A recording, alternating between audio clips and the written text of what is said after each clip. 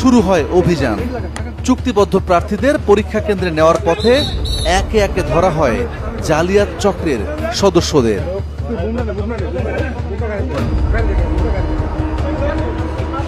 আটক করা হয় সেই মোটরসাইকেল আরোহীকেও।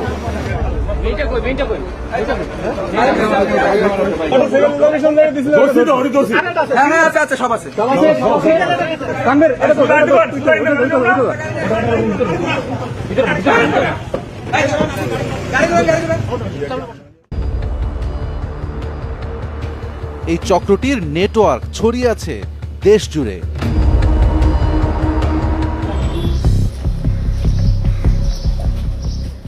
পরীক্ষার শুরুর কয়েক ঘন্টা আগে আরেকটি অভিযান শুরু হলো, তবে এবার ঢাকায়।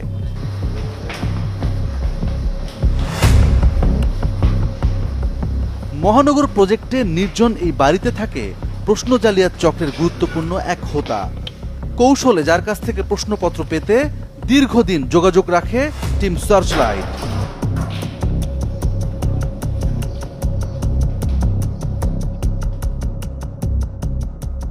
এবার তিনি গোয়েন্দা জালে। জগন্নাথ বিশ্ববিদ্যালয় থেকে পাশ করা এই ব্যক্তি সাইফুল ইসলাম সজীব।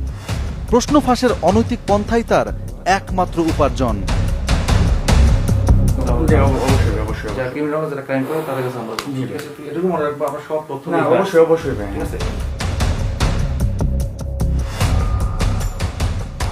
হাতে নাতেই মিলল প্রমাণ। ল্যাপটপে রাখা একটি তালিকা থেকে বেরিয়ে এলো লাখ লাখ টাকার লেনদেন। পাওয়া গেল চুক্তিবদ্ধ পরীক্ষার্থীদের নামও। বোঝা গেল এই চক্রের নেটওয়ার্ক দেশ জুড়ে।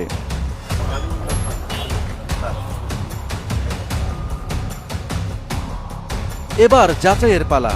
প্রশ্নের নমুনা নিয়ে গোয়েন্দাদের গন্তব্য উত্তরার নবাব হাবিবুল্লাহ বাহার স্কুলে।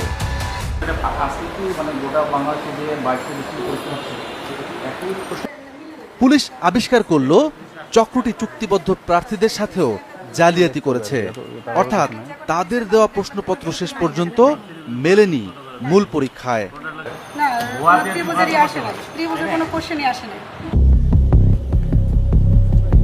প্রশ্ন ফাঁসের আলামত না মিললেও জালিয়াত চক্রটির বিরুদ্ধে ব্যবস্থা নেবে পুলিশ।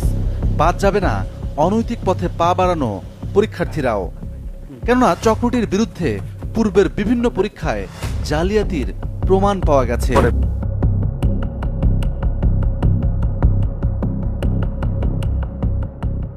প্রথম ধাপের পরীক্ষায় আরও অন্তত 3টি জেলায় জালিয়াতির ঘটনা ঘটেছে। এদের মধ্যে মাগুরায় ডিজিটাল ডিভাইস ব্যবহারকালে গ্রেপ্তার হয়েছেন 6 পরীক্ষার্থী ও তাদের হোতা।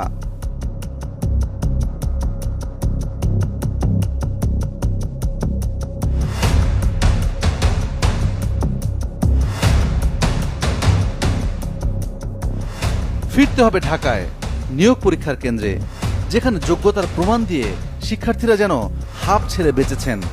কষ্ট লাগবে অনেক, কারণ যেহেতু অনেক আগে অ্যাপ্লাই করেছি, 3 বছর পরে আমরা পরীক্ষা দিলাম, তারপর যদি দেখি লিক হয়ে যায় তাহলে তো বাতিল হয়ে যাবে পরীক্ষাটা আবার। মানে উনি হয়তো বা ছবি তুলে পাঠিয়েছে, পরে হয়তো কোশ্চেন উত্তর পেয়ে গিয়েছে, তা আমার কাছে দুঃখজনক লাগলো। এই নিয়োগ পরীক্ষাটি মূলত আমাদের কোমলমতি শিশুদের জন্য সেরা শিক্ষক খুঁজে বের করারই একটি প্রক্রিয়া। কিন্তু এই প্রক্রিয়ায় যদি জালিয়াতির ঘটনা ঘটে, তবে আমাদের সন্তানেরাই তার নির্মম শিকারে পরিণত হবে। আমার তো মনে হয় এই ধরনের পরীক্ষাতে অনেক বেশি সতর্ক থাকা উচিত, কারণ যেহেতু একটি জাতির শেপ নির্ধারণ হয় একটি ক্লাসরুম থেকে, একটা প্রাথমিক বিদ্যালয় থেকে, এবং সেখানে শিক্ষক মূল প্লেয়ার।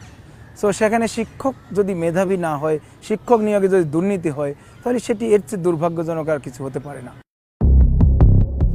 শেষ পর্যন্ত নীলা বুঝতে পেরেছেন জালিয়াতির আশ্রয় নেওয়া তার জন্য ঠিক হবে না। তিনি নিজের মেধার উপরই ভরসা রেখেছেন। আত্মবিশ্বাসী নীলা মনে করেন